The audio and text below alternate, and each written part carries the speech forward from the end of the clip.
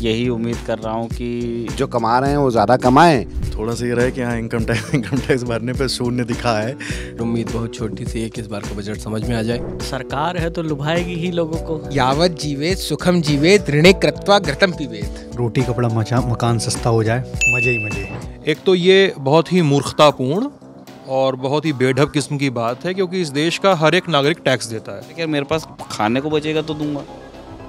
नमस्ते, मेरा नाम है उपासना और आप देख रहे हैं द लल्लन टॉप। इस वक्त हम न्यूज़ रूम में खड़े हैं। आप इस बैकग्राउंड को पहचानते होंगे। इस वक्त न्यूज़ रूम का माहौल थोड़ा सा टेंस्ड है, बहुत ज़्यादा प्रेशर है, क्योंकि कल बजट प्रेजेंट होने वाला है 2024 और 25 के लिए।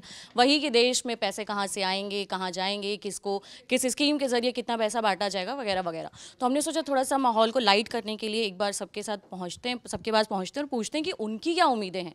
पर्सनली उनको क्या चाहिए कि सरकार उनके लिए बजट में कौन से ऐसे प्रावधान कर दें कि उनके पास जेब में और ज़्यादा सेविंग्स आ जाए और ज़्यादा खुल के खर्चे कर सकें, घूम फिर सकें। आइए सबसे पहले चलते हैं हम अपने सीनियर निखिल सर के पास। निखिल सर, आप बताइए, आपको इस बजट से क्या उम्मीदें हैं? मैं इस बजट से बस यही उम्मीद कर रहा हूँ कि जो टैक्स स्लैब्स हैं उसमें थोड़ा सा और रिलैक्सेशन दे दें, स्पेशली ओल्ड टैक्स रिजीम में अगर वो बढ़ा दें छूट तो बहुत अच्छा होगा। मतलब आप नए वाले टैक्स रिजीम को लेकर कंफर्टेबल नहीं, पुराने वाले में? मेरे कंफर्ट की बात नहीं है, बचत की बात है। अगर न्यू टैक्स रिजीम में चले जाएंगे, अगर वहाँ पैसा बचता होगा तो। पर वो मतलब जैसे ज़्यादातर लोग जो मेरे एज ग्रुप में मेरे तरह का काम कर रहे हैं उनकी उतनी सैलरी नहीं है कि वो न्यू टैक्स रिजीम उनको फ़ायदा दे। दर्पण सर, आप बताइए, आप तो सैलरी स्ट्रक्चर में तो न्यूज़ रूम में भी सीनियर है और सैलरी स्ट्रक्चर के मामले में भी सीनियर है, तो आपकी उम्मीदें थोड़ी सी ज़्यादा मायने रखती हैं। देखो, ऐसा है कि ना हर शेर का सवा शेर होता है, तो ऊपर हो लेकिन सबसे ऊपर नहीं हो, और लोग भी हैं, आप उनके पास भी जाइएगा।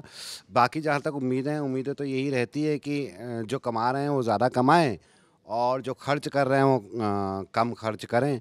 और कुछ खर्चे जबकि आपको पता है नैतिक रूप से आपको करने चाहिए, जिनमें कि इनकम टैक्स है, जो कि देश के भले के लिए यूज़ होता है, कैपिटल एक्सपेंडिचर जिसके बारे में हम जान रहे हैं, उसके लिए इंफ्रास्ट्रक्चर बनाने के लिए यूज़ होता है, लेकिन फिर भी अपनी जेब से जाता है और दर्द भी होता है थोड़ा सा, तो वो कम होना चाहिए। उसके लिए क्या है कि जैसे आप अभी निखिल से बात की, न्यू टैक्स रिजीम और ओल्ड टैक्स रिजीम की बात हो रही है।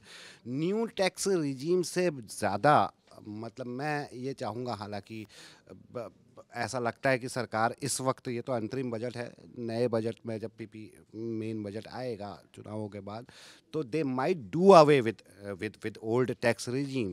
और न्यू टैक्स रिजीम का एक फ़ायदा है कि ना हसल्स कम है वहाँ पे, कि भाई आप भरो पैसा और आपको जो भी आपका टैक्स बनता है एक स्लैब के हिसाब से वो कटता रहेगा, या फिर साल के अंत में कट जाएगा और कोई दिक्कत नहीं है। ओल्ड टैक्स रिजीम में हसल बहुत ज़्यादा है, फिर भी ज़्यादा लोग उसको क्यों प्रेफर करते हैं? Because those hassles are worth it. जब आप हसल करते हो तो आप 1.5 लाख 2 लाख 3 लाख रुपये तक बचा लेते हो। तो मेरी उम्मीद तो यही है कि ओल्ड टैक्स रिजीम ज़िंदा रहे, जब तक भी रहे, जिस भी प्रकार में रहे, और स्लैब्स भी बढ़ें और जो स्टैंडर्ड डिडक्शंस हैं वो भी बढ़ें। ये सारी उम्मीद है, और मेरे ख्याल से जिन लोगों को थोड़ी बहुत भी जानकारी है, नहीं भी है, वो भी कहते हैं टैक्स में कुछ और ज़्यादा बचत हो जाए, तो यही है। क्योंकि बीपीएल है, मतलब ये एक बड़ा, मुझे नहीं पता कि वो कौन सा मैथ है जिस हिसाब से टैक्स स्लैब्स रखे गए हैं। वो कुछ समय पहले के लिए हो सकता है कि एक्यूरेट हो, लेकिन अभी जो महंगाई है, मैं उस महंगाई की बात नहीं कर रहा हूँ जो सरकार आंकड़ा जारी करती है, वो जो मैं फील कर रहा हूँ, सब लोग जो अपना घर चला रहे हैं वो इस बात को समझेंगे कि उनकी सेविंग्स नीचे आई है। क्योंकि पैसा उनको खर्च करना पड़ रहा है। तो वो बहुत रियलिस्टिक स्लैब्स नहीं है जो दिए गए हैं। रादर सरकार को जिनके पास पैसा है उनसे पैसा लेना चाहिए, हम भी दें, और जो कॉरपोरेट्स हैं जिनकी तनख्वाह लाखों और करोड़ों में है, उन पर टैक्स कम करने के बजाय सरकार उन्हें टैक्स करे, क्योंकि उनके पास देने के लिए है भी। मैं ऐसे बहुत सारे लोगों को जानता हूँ जो टैक्स देने में कंफर्टेबल है, लेकिन उनको लगता है कि यार मेरे पास खाने को बचेगा तो दूंगा। तो वो स्थिति को सरकार को एक्नॉलेज करना चाहिए। मैं इसमें ऐड कर देता हूँ, ये कॉन्टेक्स्ट ऐड कर देता हूँ जो निखिल कह रहे हैं। पिछले साल, या जहाँ तक मुझे आई एम श्योर 90% संभावना है, पिछले साल या उससे पिछले साल हमने कॉर्पोरेट टैक्स, हमारी सरकार ने कॉर्पोरेट टैक्स कम किया। उसके संदर्भ में ये कह रहे थे कि वो कॉर्पोरेट टैक्स थोड़ा आप बढ़ा सकते हैं। आप रिचर्स को, जो ट्रिकल डाउन इकोनॉमी जो कहते हैं, रिचेस जो अमीर लोग हैं उनको थोड़ा ज़्यादा टैक्स लगा सकते हैं, बजाय कि जो बीपीएल का जो जो कई सालों से सेम बीपीएल चला आ रहा है आपकी, या जो नीचे तबके के लोग हैं उनमें लगाने से। हालांकि उसमें भी ये तर्क हो जाते हैं कि आप अगर उनके ऊपर ज़्यादा टैक्स लगाएंगे तो ईज़ ऑफ डूइंग बिजनेस कैसे होगा, या बाकी चीज़ें कैसे होंगी। लेकिन फिर भी तुलनात्मक रूप से पैसे वहाँ से ज़्यादा लिए जाने चाहिए जो कमा ज़्यादा रहे हैं। ठीक है दर्पण सर। ललन टॉपर, आप बजट से लेकर के रिलेटेड बहुत सारे जो फैंसी टर्म्स होते हैं, बड़े टर्म्स होते हैं, उसको समझाने के लिए बहुत सारे वीडियोस कर रहे हैं हम, और उन वीडियोस को लेकर के आ रहे हैं हमारे साथी आकाश। एक बार रिक्वेस्ट करूँगी आप सामने आ जाइए कैमरे के। इनसे मैं समझती हूँ कि अगर कल जब बजट पेश हो रहा हो और आपको कोई जो वर्ड समझ में नहीं आ रहे हो, मेजरली लोगों को जिस चीज़ को लेकर दिक्कत होती है, आप उन लोगों को समझाने के लिए क्या सलाह देंगे? बजट में कई सारी टर्म्स हैं, जैसे फिस्कल डेफिसिट है या फिर रेवेन्यू डेफिसिट है। इसको इस तरीके से समझा जा सकता है, जैसे आपकी सैलरी मान लीजिए 1000 रुपये, अब आपके खर्चे 1500 रुपये हैं, तो इस जो पूरा गैप हुआ 1500 से 1000 के बीच में, इसे कहते हैं हम डेफिसिट। ये हो गया बजट डेफिसिट या फिर फिस्कल डेफिसिट। अब रेवेन्यू डेफिसिट और फिस्कल डेफिसिट में फ़र्क क्या है, उसको समझने के लिए ऐसे समझिए कि सरकार के दो तरीके के खर्च हैं। एक है वो खर्च जो सरकार किसी एसेट को बनाने में खर्चा करती है, जैसे हाईवे बनाती है, रेलवे स्टेशंस बनाती है, ये सरकार के एसेट्स होते हैं, पूंजी कहते हैं, जैसे संपत्ति कहते हैं। तो वो खर्च अलग हो गया। और जो रेवेन्यू खर्चे हैं, जैसे जो रोज़मर्रा के कामों पे खर्चा हो रहा है, जैसे सैलरी देना या पेंशन्स देना, इन सब चीज़ों पे जो खर्चा हो रहा है वो अलग हो गया। तो अब ये जो रेवेन्यू वाले खर्चे हैं, रेवेन्यू एक्सपेंडिचर जिसे हम कहते हैं, वो वहाँ पे पैसा मरता है। ऐसे मरता है कि अगर आप 1 रुपये वहाँ खर्चा करते हैं तो आपको रिटर्न में सिर्फ 60 पैसे मिलते हैं, तो मतलब आपका 40% कम हुआ पैसा। लेकिन जब आप कैपिटल पे खर्चा करते हैं तब आपका पैसा बढ़ता है। कैसे? कैपिटल से मतलब हम समझ लेते हैं कि कोई फैक्ट्री हो गई, मैन्युफैक्चरिंग कंपनी हो गई, या फिर हाईवेज वगैरह हो गए।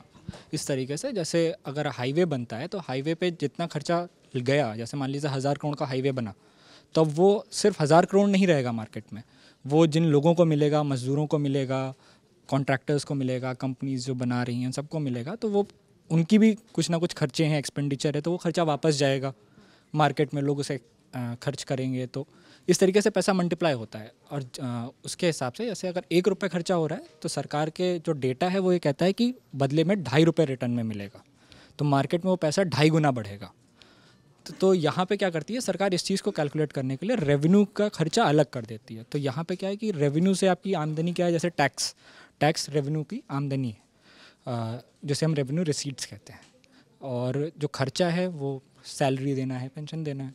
तो ये जो गैप है, ये गैप काफ़ी बड़ा है, क्योंकि रेवेन्यू से आमदनी कम हो रही है, रेवेन्यू रिसीट्स कम है और एक्सपेंडिचर बहुत ज़्यादा है, और यहाँ पे पैसा मर भी रहा है। तो हम कर्जा लेके एक तरीके से दाल चावल खा रहे हैं। अब हम कब तक कर्जा लेके दाल चावल खा सकते हैं, ये सोचने की बात है। कर्जा लेके किसी पूंजी को बनाना तो समझ भी आता है कि वो रिटर्न देगा आगे चल के, लेकिन रोज़ के काम करना थोड़ा अलग हो जाता है। तो इस तरीके से ये रेवेन्यू डेफिसिट फिस्कल डेफिसिट से ज़्यादा प्रॉब्लमेटिक हो जाता है इकॉनमी के अंदर। बहुत ज़्यादा डिटेल में नहीं देने दूंगी आकाश को यहाँ पर, क्योंकि ऑलरेडी बहुत सारे डिटेल्स में बहुत सारे वीडियोस कर चुके हैं जो आप ऑलरेडी आपको हमारे प्लेटफॉर्म पर मिल जाएंगे। अब हम रुख करते हैं थोड़े और जो सीनियर बैठे हुए हैं इस कैटेगरी में, उन सारे लोगों के पास। निजी तौर पर कल ऐसा कौन सा अनाउंसमेंट हो जाए कि मतलब आपका एकदम दिल खुश हो जाए कि भाई आज तो काम करके मज़ा आ रहा है, क्योंकि भाई अब तो पैसे बचने वाले हैं।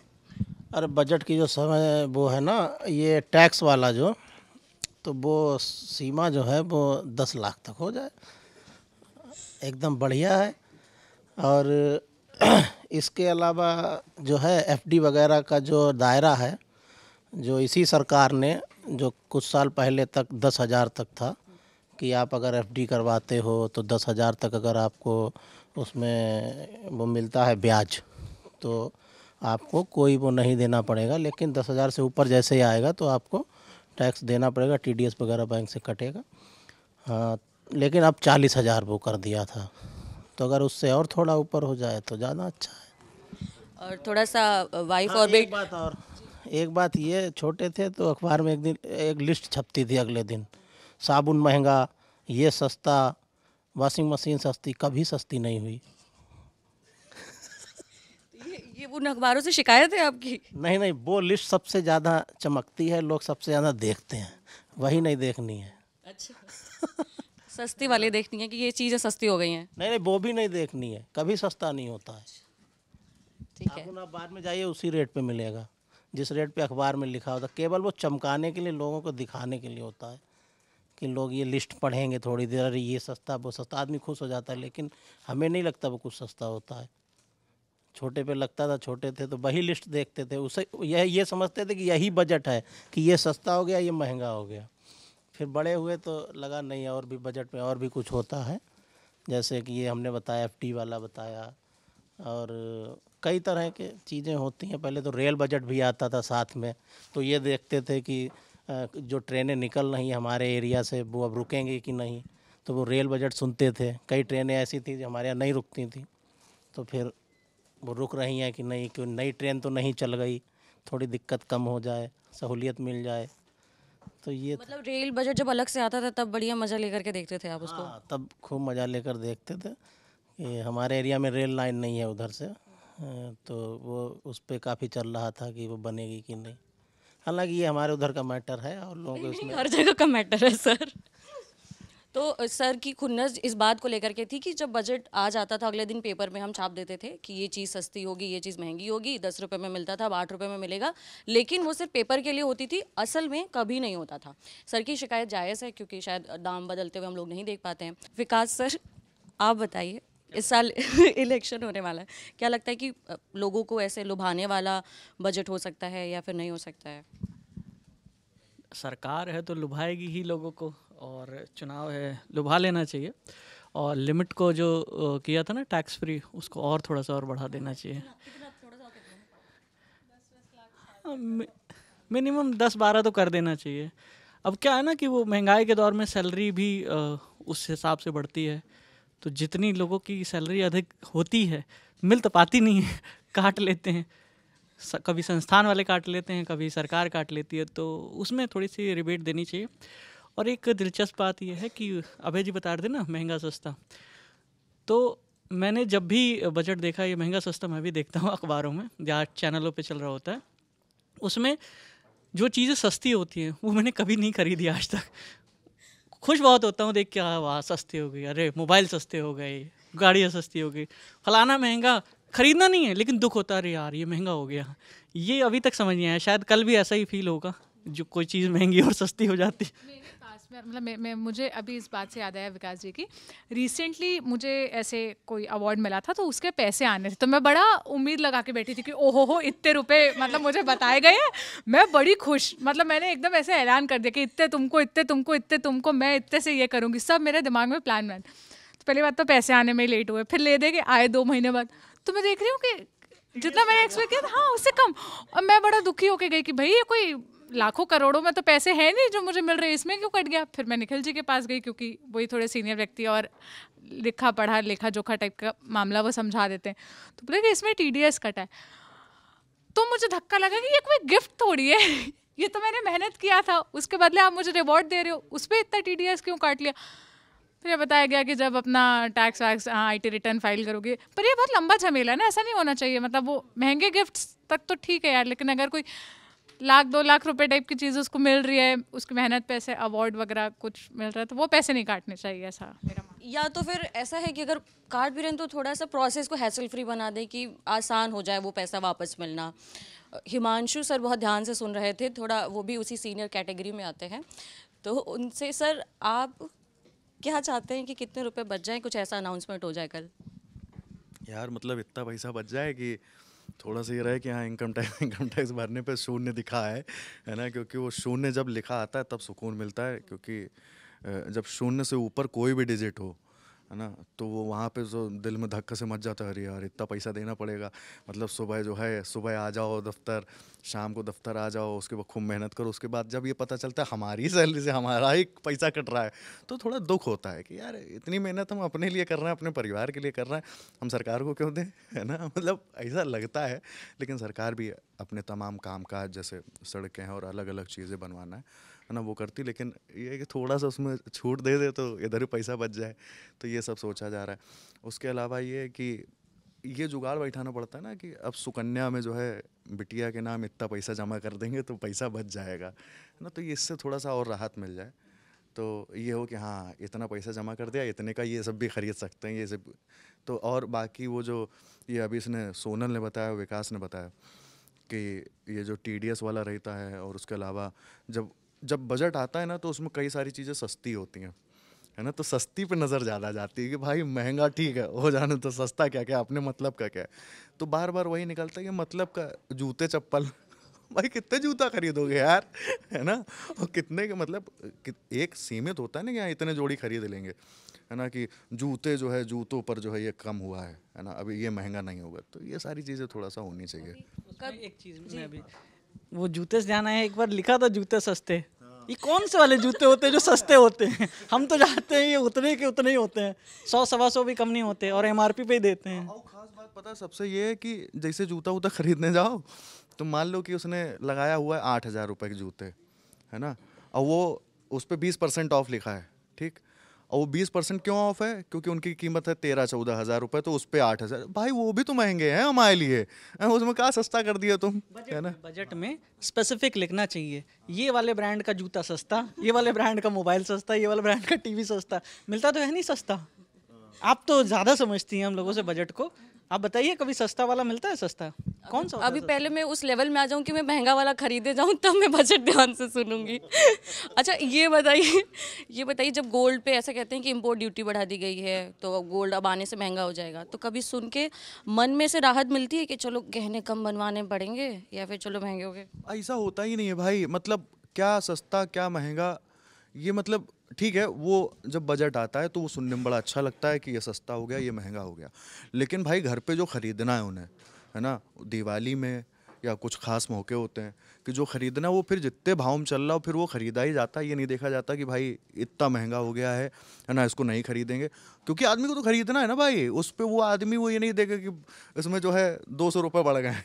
आदमी कहेगा भाई 200 रुपये बढ़ गए, इसके चक्कर में हमारा रिश्ता टूट जाएगा यार, 200 रुपये दे दो, ठीक है। तो ये वाला सीन होता है, तो उसका कोई फ़र्क वर्क नहीं पड़ता है, ठीक है आप बढ़ा लो। तो वही है कि अगर कुछ घट जाएगा तो थोड़ा सा ज़्यादा सुकून मिलेगा। उसमें घटता क्या क्या है उस पर ज़्यादा नज़र रहने वाली है।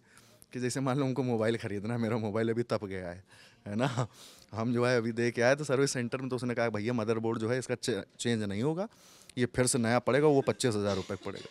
तो अब हम सोच रहे हैं यार मोबाइल ख़रीद लिया जाए। तो मोबाइल अब ये देखेंगे मोबाइल पे कितना पैसा और कौन से, हाँ ये ज़रूर ये ना हो कि जो दिख रहा है 80-85 हज़ार रुपये का मोबाइल, है ना, उस पर सस्ता हो कि कुछ ना सस्ता हो, जो हमको ख़रीदना वो सस्ता ही नहीं हुआ, पता चला कि वो 1,200 रुपये वाला कम हो गया, 1,100 रुपये हो गया। तो ऐसा नहीं होना चाहिए, जो ज़रूरत है वो थोड़ा सस्ता हो जाए। और मतलब सबकी बाहर जाएंगे, लोगों से बात करेंगे तो उनकी भी अपेक्षाएँ यही होती हैं कि जो चीज़ें ज़रूरत है उनको, जो उनकी आम ज़िंदगी से जुड़ी हुई रोज़ाना की चीज़ें हैं, उनमें उनको क्या फ़ायदा मिलने वाला है। क्योंकि आदमी वो देखता है, क्योंकि उसकी ज़िंदगी चल रही होती है। खैर देखते हैं कल क्या आता है, उसका इंतज़ार है बेसब्री से।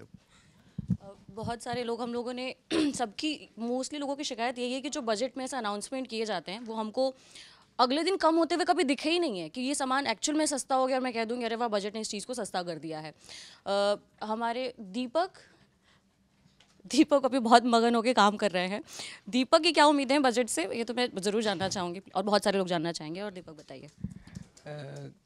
एक दर्शन है हमारी परंपरा में, चार्वाक दर्शन, उसकी एक पंक्ति है, यावत जीवेत सुखम जीवेत ऋणे कृत्वा घृतम पीवेत।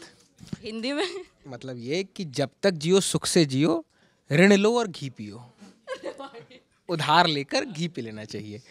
तो बजट में मेरा ऐसा है, ठीक है कुछ महंगा सस्ता हो तो है, नहीं तो घर से तो दरवाजे पे पहुंच ही जाएंगे याचक की तरह, मंथ एंड में जो सर्वर पहुंच जाते हैं। ये वो लोग हैं जो आईफोन चलाते हैं और ये ज्ञान दे रहे हैं अच्छे घीवम पे। ये 3 साल पुराना आईफोन है, लेमिनेट करके चला रहा हूँ। अब मेरा रिस्क देखिए कि ये टूटे तो मैं घर पे बहाना बना के नया आईफोन खरीद सकूँ, इसलिए अभी तक पर मुँह टूटता नहीं है। ये 2 किताबें फ्री में मंगानी पड़ती है। पर ठीक है, बजट से ऑन अ सीरियस नोट, मेरी ऐसे कोई बहुत वैसी एक्सपेक्टेशन नहीं है कि बहुत कुछ महंगा सस्ता हो, पर जो बुनियादी चीज़ें हैं जो उनका रोज़मर्रा में काम पड़ता है, ट्रांसपोर्टेशन है, CNG है ना। कल ही एक रील बहुत वायरल हो रखी है, जियान वाली, आपने ज़रूर देखी होगी। उसमें वो ये कह रहे हैं कि CNG की कीमत बढ़ी है, तो अब जो हमारा आने जाने की जो ट्रांसपोर्टेशन है वो कॉस्ट थोड़ा सा कम होना चाहिए। बुनियादी बेसिक सिद्धांत वही है। बाकी बजट से, अब चूँकि अंतरिम बजट है, आप कमाल की एक सीरीज़ लिखी है उपासना ने, बजट की सीरीज़ जो भी 24 का बजट है, उस पर बहुत कमाल के इंटरव्यूज़ लिए, आप वो ज़रूर देखें। तो अब इसका तुम अलग से चाय पिला सकती हो मुझे। पर ये बुनियादी चीज़ सस्ती होनी चाहिए, ऐसी एक बेसिक एक्सपेक्टेशन मेरी है। जैसे CNG आपको सस्ता हो, पेट्रोल आपका सस्ता हो, ये बुनियादी चीज़ सस्ती होनी चाहिए। बाकी अलाइंसेस, अच्छा वैसे एक ये भी चीज़ है, जब मिडिल क्लास आया, जब 90s में LPG आया, तो उम्मीद की गई कि साहब जो लोअर मिडिल क्लास है, आपको जो बहुत कम कमाता है, वो थोड़े सपने देखे, एस्पिरेशनल क्लास आपकी बनी है ना। फिर 2000 में बूम बूम आया। अब क्या हो रहा है कि जो भी थोड़ा बहुत सपने बना चाह रहा है, उसके सपनों को पनिश किया जा रहा है कि आप 12,000 का जूता कैसे खरीद रहे हो, 2-3 हज़ार का इस पर टैक्स। आपको जिस एस्पिरेशनल क्लास को बनाने के लिए 2 दशक की आपकी मेहनत रही, अब आप उस एस्पिरेशनल क्लास को पनिश कर रहे हो, है ना। भरतपुर का, बहराइच का, बाराबंकी का जो लड़का है, लड़की, कोई जो थोड़ा बहुत अभी कमाना शुरू कर रहे हैं, अगर वो एक ख्वाहिश का कपड़ा या कोई अच्छी महंगी चीज़ लेना चाहे, तो वो बहुत पनिश होने, उनकी सैलरी का मेजर चंक उसमें जा रहा है। तो या तो आप बनाते नहीं एस्पिरेशनल क्लास, आप अपना बिल्कुल, फिर वरना तो हम लोग क्रेडिट कार्ड पे जिंदा है ही हम लोग, ऋणम कृत्व अगर तुम पीवे, ये चल ही रहा है। बाकी बेसिक चीज़ें सस्ती होनी चाहिए, यही उम्मीद है। मैं जब दीपक बात कर रहे थे तो उदय पीछे से बैठे बैठे बहुत हंसी दे रहे थे। क्यों दीपक, उदय बहुत ज़्यादा सैलरी है आपकी? पहले मैं बजट पे बहुत छोटी सी चीज़ कहना चाहूँगा, रोटी कपड़ा मकान सस्ता हो जाए, मज़े ही मज़े। CNG पेट्रोल डीजल सस्ता हो जाए, मज़े ही मज़े।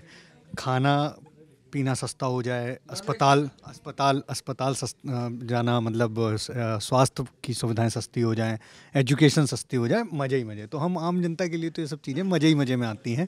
लेकिन दिक्कत ये है ना कि जैसे कि कई लोगों ने बताया भी है कि बजट में बहुत सारे अनाउंसमेंट हो जाते हैं, ऐसी कई चीज़ें हम लोगों को तुरंत से नहीं देखने को मिलती हैं। उसका कारण ये है ना कि बजट जब भी आता है बहुत कॉम्प्लिकेशंस होते हैं, उसी के लिए मीडिया हाउसेस या हम लोग सब जैसे लल्लन टॉप भी है, हम लोग सिंप्लीफाई करके आपको समझाते हैं, जो हमारी टीम समझाएगी भी। एक छोटा सा किस्सा मुझे सुनाना है बजट से जुड़ा हुआ ये था कि मुझे ये याद नहीं है कि मैं कितना छोटा था, पर हाँ मैं इतना छोटा था कि मैं टॉफ़ी मांग के खाता था घर पे, है ना। तो मैंने एक बार टॉफ़ी मांगी, तो अब मैं टॉफ़ी के लिए रोने लगा, और उस समय मेरे दांत में कीड़े लगे हुए थे। तो ज़बरदस्ती मुझे, जब मैं टॉफ़ी मांग रहा तो मम्मी ने मेरे ये बोला कि बेटा आज सुबह बजट आया है, बजट में टॉफ़ी हो गई है महंगी, तो अब तुमको इसलिए मैं नहीं दिलवाऊँगी। तो मम्मी के लिए तो वो सेम डे इम्प्लीमेंट हो गया था बजट। तो इसी तरीके से बहुत सारे बजट के अपने आप किस्से हैं। रही बात अगर सीरियस की, तो सीरियस में मैंने जो पहली लाइन बोली थी मज़े ही मज़े वाली, तो वो काफ़ी सीरियस है। रोटी कपड़ा मकान जो बुनियादी सुविधाएं हैं, अगर वो सस्ती होती तो आमतौर पर आम लोगों को यही उम्मीद भी होती। कोई हम लोग के बहुत ज़्यादा बड़े सपने हैं नहीं कि मतलब क्रूज़ पर जाना महंगा सस्ता हो जाए, या एरोप्लेन क्या बोलते हैं पर प्राइवेट प्लेन ख़रीदना सस्ता हो जाए, इतनी बड़ी तो उम्मीद है किसी को नहीं है। बाकी मेरी एक साथी हैं जो कि अभी यहाँ है नहीं, तो शायद 2 बाइट में आ नहीं पाएंगी, तो मैं उनके हवाले से कह देता हूँ, दिव्यांशी जी के। उनका ये कहना था कि हम सभी ये चाहते हैं, उनका कहना है, प्लस ये हम सबकी एक भावना है कि हम बजट बनाने के स्तर पर आएँ, हमारे पास इतनी सैलरी आ जाए कि हम भर भर के टैक्स दे पाएँ, तो इसमें हमारे पर्सनली मज़े ही मज़े होंगे। मतलब बेसिकली टैक्स देने में कोई दिक्कत नहीं है, बस हम उस स्लैब में आ जाएं कि पैसे सेविंग्स भी इनफ हो जाए और हम टैक्स भी दे दें, मतलब दोनों का भला भला हो जाए, सरकार का भी अपना भी। लेकिन एक चीज़ मुझे इस चीज़ में समझ में आई, जब दर्पण सर कह रहे थे कि वेल्थ टैक्स लेना चाहिए, उन लोगों से लेना चाहिए जो ज़्यादा पैसे कमा रहे हैं, कॉरपोरेट के लोग हैं। ऐसा क्यों कहा जा रहा है? क्यों हम कह रहे हैं कि टैक्स अपना हम घटा सकते हैं, हमसे टैक्स कम कर दिया जाए, लेकिन सरकार की आमदनी का वो जरिया होता है। अगर वो अपना आमदनी कम करती है तो फिर बदले में एक हिस्सा और उसको कम करना पड़ेगा, जो सरकारी स्कीमों के ज़रिए होता है, या फिर वो जो PF के पैसे देती है, या फिर जो वो अलग अलग लोगों अपने सरकारी कर्मचारियों को तनख्वाह देती है। तो ये समझने के लिए हम चलते हैं सिद्धांत सर के पास, जो शायद हमको बेहतर तरीके से समझा पाएँ कि ये डिमांड करना कितना जेन्युइन है कि सरकार को हमारा टैक्स कम कर देना चाहिए या फिर वेल्थ पे टैक्स लगा देना चाहिए। सर अभी दर्पण सर कह रहे थे कि वेल्थ टैक्स बढ़ा देना चाहिए, या जो ज़्यादा लोग कमा रहे हैं, ऊपरी तबके के लोग, जो कंपनीज़ हैं, उन पर टैक्स बढ़ाना चाहिए, हमें थोड़ी सी रियायत दे देनी चाहिए। क्या हमारी ये जो नीड है, हमारी जो डिमांड है, वो जेन्युइन लगती है कंसिडरिंग हमारी वित्तीय स्थिति देश की?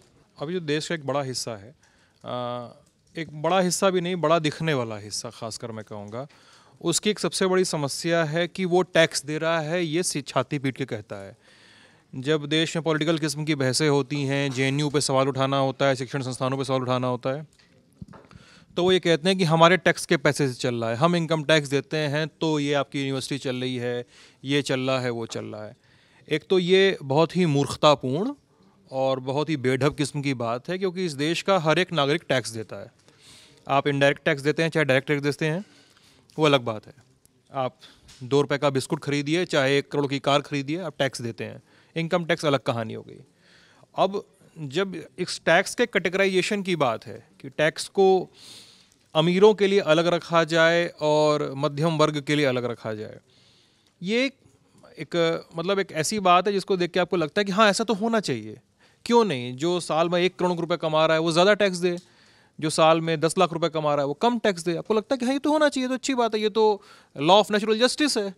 लेकिन यहाँ पर आपको ये समझना पड़ेगा कि ये ऐसा संभव है नहीं, इस देश में संभव है नहीं, क्योंकि उद्योगपतियों के जो टैक्स होते हैं उद्योगपतियों के टर्नओवर से गिने जाते हैं। उद्योगपति, मान लीजिए आप एक अच्छी उद्योगपति हैं और आप साल में 10 करोड़ रुपए कमा रही हैं या 50 करोड़ कमा रही हैं, वो आपकी विशुद्ध कमाई में बोल रहा हूँ, आपकी कंपनी से होने वाली आपको जो कमाई हो रही है, आपके कंपनी के टर्नओवर को नहीं गिन रहा हूँ। फलाना व्यक्ति के पास 10,000 करोड़ का कारोबार है, उस कारोबार के आधार पर टैक्स नहीं गिना जाएगा। आप अगर 50 करोड़ कमाई कर रही हैं तो आप अपने हिस्से का इनकम टैक्स भर रही होंगी ईमानदारी से, मैं ये भरोसा करने को रेडी हूँ। तो इनकम टैक्स सबके लिए बराबर है भी देश में। हाँ, घटाने और बढ़ाने में फिर आपके में एक ये विषमता शुरू होगी इस देश में, क्योंकि देश में बहुत सारे वर्ग हैं और बहुत सारे समूह हैं और अलग अलग तरीके के काम करने वाले लोग हैं। एक विषमता शुरू होगी कि मेरे लिए 10 लाख हो सकता है बहुत कम हो, और हो सकता है मेरे सामने वाले के लिए 10 लाख बहुत ज़्यादा हो। उसके लिए टैक्सेबल इनकम वो होगी, मेरे लिए टैक्सेबल इनकम वो नहीं होगी। ठीक है, हो सकता है मुझ पर टैक्स लगे तो मुझे चोट लगे कि मुझे 10 लाख में से इतने रुपए टैक्स देने पड़ रहे हैं, लेकिन सामने वाले जिसके लिए 10 लाख रुपये बहुत ज़्यादा है उसको लगे अरे यार मैं तो टैक्स चोरी कर सकता हूँ, उसके हिस्से का भी मैं टैक्स दे रहा हूँ, वो मेरे हिस्से का टैक्स चुरा रहा है। It's like conflicting situation. और हालांकि मैं व्यूअर्स को एक बात समझाना चाहूँगा कि इस वीडियो की शुरुआत को मैंने सुना जो उपासना ने कहा था कि बहुत टेंस माहौल है न्यूज़ रूम में, ऐसा बिल्कुल नहीं है। ऑब्वियसली ऐसा एकदम भी नहीं है। न्यूज़ रूम में एकदम टेंस माहौल नहीं है, लोग बहुत चिल्ड आउट है। अचानक से वीडियो शुरू होते उसमें सबको शांत कराया जाता है, वो हो रहा था यहाँ पे, इसलिए आपको टेंशन लग रहा होगा। तो ये मेरा टेक है टैक्स पे। बाकी बजट से एक्सपेक्टेशन मेरी कभी कुछ नहीं रही। बजट, क्योंकि देखिए बजट होता क्या है, बजट होता है कि सरकार आपसे टैक्स से पैसा लेती है और आपको बताती है कि वो टैक्स से पैसा कैसे खर्च कर रही है और कैसे खर्च करेगी। वो अपना सालाना खर्च का हिसाब होता है बजट उनका। तो मैं चाहता हूँ कि सरकार आराम से बताए सबको, ठीक है, बजट ऐसे पेश करे कि सबको समझ में आए। इस देश में बहुत बड़ी जनता ऐसी है जो अखबारों का 12 नंबर पेज पलट के आगे बढ़ जाती है जिस पे बिज़नेस की खबरें होती हैं। तो सरकार ऐसे बताए कि आराम से लोगों को समझ में आ जाए, इतना कठिन ना करे बजट की भाषा को। लोगों से पैसा आप आसानी से लेते हैं, लेकिन वो हिसाब देने में इतना कठिन क्यों बना देते हैं। और जैसा खबरें चल रही हैं कि ये अंतरिम बजट है, जैसा खबरें चल रही हैं अंतरिम बजट के बारे में कि चूंकि ये इलेक्शन स्पेसिफिक बजट भी हो सकता है, इसमें 3-4 वर्गों पे सरकार का थोड़ा सा सरकार का फोकस हो सकता है। किसान, गरीब तबके के लोग, महिलाएं और एक यूथ भी और स्टूडेंट्स भी शायद, आई डोंट नो। मतलब मैं 2-3 खबरें पढ़ रहा था बिजनेस स्टैंडर्ड में और बिजनेस टुडे वगैरह में, तो वहाँ पे ये था कि एक्सपेक्टेशन के दौर पे एक्सपेक्टेशन इन लोगों पे ज़्यादा जाके टिक सकती है, क्योंकि नरेंद्र मोदी सरकार का एक फोकस भी रहा है कि वो महिलाओं को और इस गरीब तबके के लोगों को, फार्मर्स को वो टारगेट करते हैं उनकी अपनी योजनाओं से और तमाम चीज़ों से। अगर आप तमाम टाइमलाइन देख लें तो इस बजट से भी यही उम्मीद जताई जा रही है। Thank you. आशीष सर, आपको मालूम होगा कल बजट आ रहा है, मालूम है ना? क्या सपने देखे कुछ कि कल कुछ ये अनाउंसमेंट हो जाए कि सस्ता कर दे सरकार? नहीं, मेरी बजट से अव्वल तो एक उम्मीद है, और उम्मीद बहुत छोटी सी है कि इस बार का बजट समझ में आ जाए। वो जैसे वो रील आजकल चल रही ना, ऐसा बजट आ जाए, इतने हाँ मज़े ही मज़े। सरकार टैक्स पे छूट दे रही है, क्या है एक्स्ट्रा इनकम हो रही है उस पर भी छूट दे रही है, मज़े ही मज़े। और उसके बाद सरकार ये कर रही है कि तुमने फलानी चीज़ खरीदी उस पर जो टैक्स लगा वो भी छोड़ दो। कल तुमने बहुत ज़्यादा टैक्स दे दिया था फलानी चीज़ पे, इस बार मत दो, और इवन चला दे उस पर। ऐसा कुछ कर दे एकदम लोक लुभावन, जो कहते हैं ना कि इस बार का बजट ये है, चुनाव है तो लोक लुभावन ज़्यादा नहीं हो, नहीं लोक लुभावन बजट ले आए। ऐसे अपोजिशन कहे कि ये तो जनता को चुनाव के जस्ट पहले बरगलाने के लिए लाया गया बजट, कोई नहीं, लाने दो ऐसा बजट आए बढ़िया, ढेर सारी योजना हो जाए, सब ऐसे बोलते रह जाएं कि अरे इतनी जल्दी ये कैसे होगा। ये तो एकदम असंभव है, ऐसा ऐसा वाला बजट ले आए बढ़िया, कमाओ खूब सारा, कोई टैक्स, इस बार हमारा टैक्स लेने का मन नहीं है, सरकार ऐसा करती क्या ही करेंगे टैक्स ले, टैक्स जैसा शब्द ही ना हो, एक बार हो कि ज़्यादा से ज़्यादा आपको टैक्स में छूट मिलेगी और सस्ता सस्ता खूब सुनाई दे, क्योंकि वो सरल रहता है, हमको समझ में आता है कैसे जूट के सामान सस्ते होंगे, चाय पत्ती सस्ती होगी, तो ऐसे बढ़िया लंबा सा भाषण हो, इतिहास बन जाए कि सबसे ज़्यादा लंबा बजट भाषण पढ़ा निर्मला सीतारमण जी ने, और उसमें वो बता रही ये सस्ता, ये सस्ता, ये भी सस्ता, ये भी सस्ता, मज़े ही मज़े। लूट लो, लूट सको तो लूट लो। सबने बात की है सैलरी की, बहुत सारे लोग इन्वेस्टमेंट भी करते हैं, लेकिन इन्वेस्टमेंट को लेकर के किसी ने नहीं बताया कि उस पर जो टैक्स हमको देना पड़ता है वो भी थोड़ा सा कम हो जाए तो बेहतर होगा। मैं इसलिए यहाँ पर हूँ क्योंकि प्रशांत सर अच्छा खासा इन्वेस्टमेंट करते हैं, ऐसा। हाँ, दो दर्द है मुझे लगता है सर के, एक तो इन्वेस्टमेंट को लेकर के आपको लगता है कुछ उम्मीदें होनी चाहिए, सरकार को करना चाहिए इन्वेस्टमेंट को लेकर। हाँ, इस बार जैसे इस बार लग रहा है देख के कि शायद इनकम टैक्स स्लैब में कुछ छूट है, क्योंकि 2 बार से ऐसा हो रहा है कि ओल्ड रिजिम और न्यू रिजिम को लेकर लोगों के अंदर बहुत कन्फ्यूजन है। गवर्नमेंट ये चाह रही थी कि ज़्यादा से ज़्यादा लोग न्यू रिजिम को चूज़ करें और जो अपने प्रूफ सबमिशन दिखा के अपना टैक्स रिबेट कम करा के उसको वापस रिटर्न लेते हैं, वो चाहते हैं कि करना हो और मैक्सिमम आदमी न्यू रिजिम की तरफ शिफ्ट हो। बट पिछले 2 बार से देखा गया है कि जो न्यू और ओल्ड के बीच में जो डिफरेंस है सिर्फ 2 लाख का है, 5 लाख ओल्ड है, 7 लाख न्यू है। तो लोगों को, सरकार को ऐसा लग रहा है कि ज़्यादातर लोग ओल्ड के साथ जाके अपने सबमिशन दिखा के वो पीछे ओल्ड के साथ ही जा रहे हैं, न्यू के साथ नहीं जा रहे हैं। अब की बार प्लान ये हो रहा है, यहाँ तक मैंने भी खबरों के तरीके से देखा है, कल फाइनली पता चलेगा कि जो न्यू वाली को भी ख़त्म करके सीधा 10 लाख के पास सरकार जा सकती है और ओल्ड वाली को हटा के, अब ओल्ड वाली मतलब ये ऑफिशियली कब हटाएगी ये नहीं पता है, बट जहाँ तक है कि जो आपकी 7 लाख वाली है उसको सीधा 10 लाख पे ले आएगी, कि मतलब जो मिडिल क्लास वाला फैमिली है वो बिना टैक्स दिए आराम से 10 लाख कमा के बिल्कुल चिल होके कर सकता है। इसके अलावा इन्वेस्टमेंट को लेकर ये है कि मार्केट में बहुत ज़्यादा बस चल रहा है कि रेलवे में इस बार कुछ बड़ा होने वाला है। पीछे 10-15 दिनों से खूब चल रहा है कि यार रेलवे स्टॉक वाले के मज़े चल रहे हैं, को फिर कौन ले लो, IRFC ले लो, लोग धका खरीद रहे हैं। जहाँ 73-70 पे घूम रहा था जो स्टॉक, भाग रहा है एकदम 200 के आसपास, जो 200 भाग रहे थे वो 400 जा रहे हैं। तो रेलवे को लेकर लोगों की बहुत उम्मीद है और जहाँ तक स्टॉक मार्केट देख के लग रहा है कि रेलवे में इस बार कुछ आ सकता है। वंदे भारत, नमो भारत ट्रेनें जो चल रही हैं, मेरठ वाली मेट्रो चल रही है, तो अभी ये तो फिलहाल जो कुछ है सामने है, बट बजट में क्या कुछ नया आ सकता है इसकी उम्मीद है। वंदे भारत ही शायद एक आधी नहीं हो, तो रेलवे को लेकर है थोड़ा सस्पेंस की स्टॉक मार्केट देख के तो लग रहा है कि कुछ ना कुछ रेलवे के लिए कुछ बड़ा होने वाला है, बट क्या होगा वो देख के पता चलेगा। मुझे आशीष सर ने बोला कि मैं होम लोन के बारे में आपसे पूछूं, कुछ आपकी दुखती रग सी लग रही है, वो मुझे रग नहीं लग रही है, बस ऐसा कुछ चल रहा था होम लोन को लेकर, देख रहा था मैं, तो ये आशीष कह रहा है कि ये खूब रिसर्च कर रहा है, इसको कुछ पता होगा। तो उसमें भी रहता है कि होम लोन की में टैक्स रिबेट आपको छोटी छोटी चीज़ें नहीं दिखाने के, LIC है, ये है, आपके पास होम लोन हो तो बताते हैं उसमें टैक्स मतलब सारी उसी में एडजस्ट हो जाता है, तो वही मैं देख रहा था। लेकिन अगर नई रजीम हुई तो फिर उसमें शायद आपको वो भी नहीं मिलेगा। नहीं, न्यू रजीम अगर फुल्ली अप्लाई हो गई, आपको ओल्ड पूरी तरीके से वैनिश कर दी जाती है, तब तो इशू, तब मेरे क्या सभी के लिए, क्योंकि लोग LIC इसी बहाने ले लेते हैं, बच्चों की फ़ीस दिखा लेते हैं, ट्यूशन फीस दिखा लेते हैं, तमाम चीज़ें हैं कि मतलब वो कहीं ना कहीं दिखा के थोड़ा थोड़ा आप रिबेट ले लेते हैं। बट क्या है कि जैसे आप 10 के पार गए या 7 को इन लोगों ने अगर 8 करा या 9 करा तो फिर सभी के लिए वो नुकसानदेह है, नहीं करना चाहिए, बट वही गवर्नमेंट करेगी ज़रूर। आज नहीं तो कल करेगी। बहुत सारे लोगों की दुखती रग पे हम लोगों ने हाथ रख दिया है, लेकिन कुल मिला जुला करके जुमा देखें तो सबकी यही उम्मीदें हैं कि टैक्स में जो छूट मिलती है वो बढ़ा दी जाए ताकि जेब में और ज़्यादा पैसे बचें, कुछ और चीज़ें अपने खरीद सकें, बेसिक ज़रूरतों की चीज़ों भी को सबसे पहले खरीद सकें। अब ये हम लोगों ने उम्मीदें जता दी हैं, कल सरकार इसमें से कितना सुन पाती है, सरकार तक हमारी कौन सी बात पहुँच पाती है और कौन सी नहीं, ये कल वित्त मंत्री के बजट के भाषण के बाद ही पता चलेगा। बाकी उसके बाद जो भी ऐलान होंगे, क्या सस्ता क्या महंगा हुआ, आसान तरीके से हम आपको समझाते रहेंगे। बाकी अन्य खबरों के लिए आप देखते रहिए दी लल्लन टॉप। शुक्रिया।